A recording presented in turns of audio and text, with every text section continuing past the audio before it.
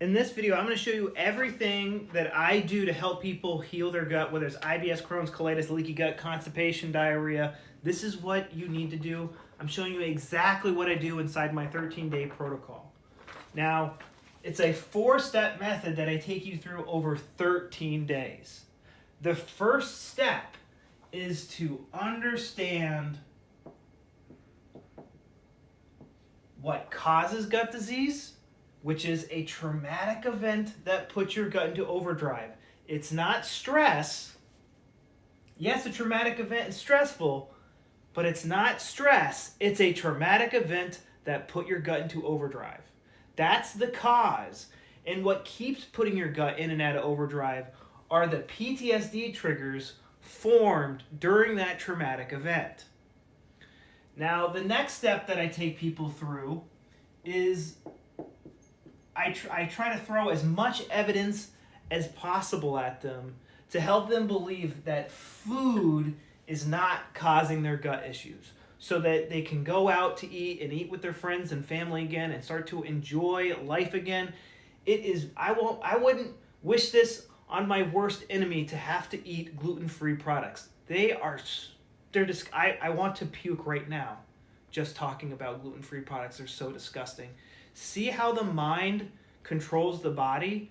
I am just thinking about a disgusting food and I want to vomit. So we need to understand that our brain controls everything. And this is a subconscious process. I'm not thinking about absorbing the oxygen out of the air, and then that oxygen doing a bunch of chemical reactions and then it getting expelled as carbon dioxide. I am not consciously doing those things. A traumatic event hit your brain and it started to develop extra gut cells inside the gut. We need to identify this traumatic event. So number 3 is to identify the traumatic event. How do you do that? Well, you sit and you make a timeline. How do you do that? You literally sit down. I like to do this in a Word document.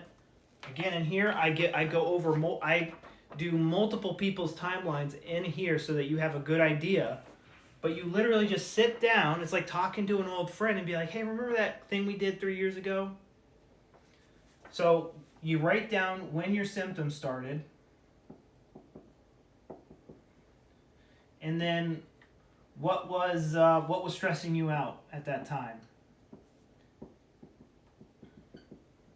And then you use the conflict theme to guide you. So, if you have a lot of diarrhea, it's like, what is crap I want to get rid of but I can't? And if you're more constipated and bloated, it's like, what did I want to digest and hold on to but I couldn't? And now what I see a lot of people do is they go, oh, I was fighting with my boyfriend a lot, when my symptoms first started. Well, okay, you described the conflict, but you did not describe the conflict shocking moment. You need to find the shocking moment.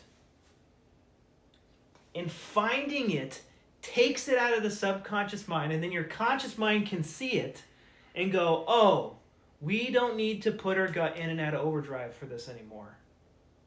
And it's subconscious. I don't know what somebody's brain needs to hear in order for these switches, imaginary switches in our head to go off.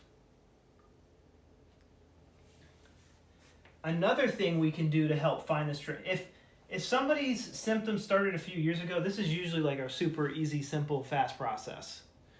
But if you're like me and your symptoms started in middle school or in childhood, this takes a while. It could take a year or two.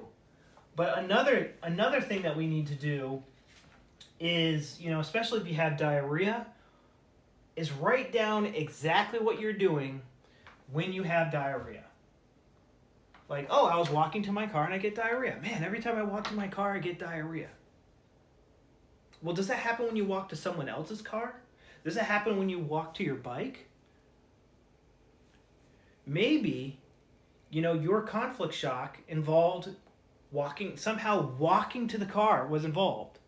Well, I don't know, that doesn't make sense.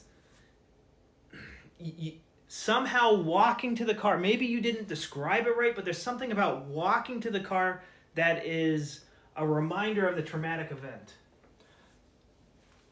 And this is where it gets tricky, and the brain makes these associations that we need to figure out.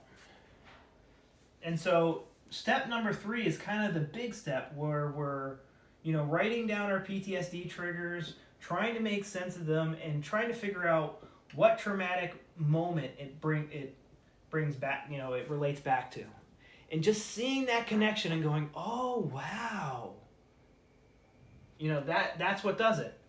When you get coaching, with me or somebody who knows German New Medicine, I know I've done this so many times, like I just intuitively know the questions to ask somebody to help them find their conflicts easier.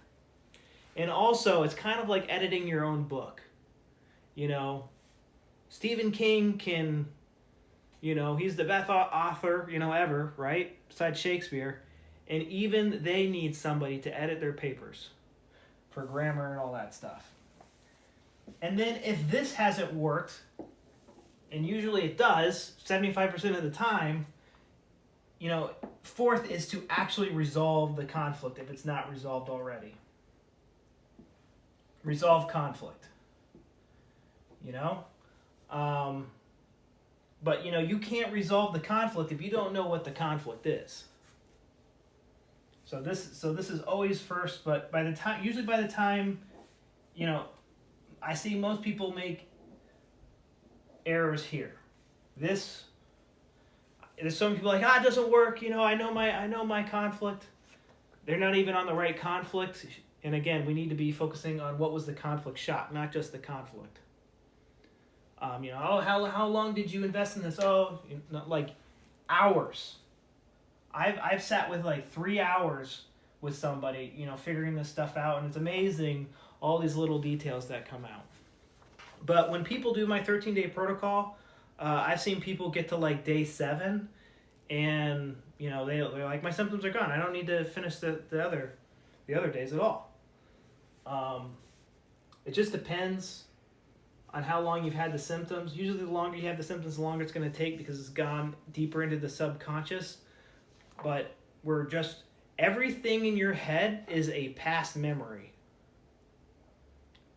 Past memory from our ancestors, and also, but more importantly, past memories that happened to us in this life.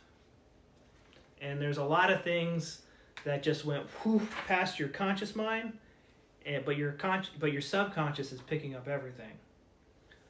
So that's what we need to do. That's how you get better.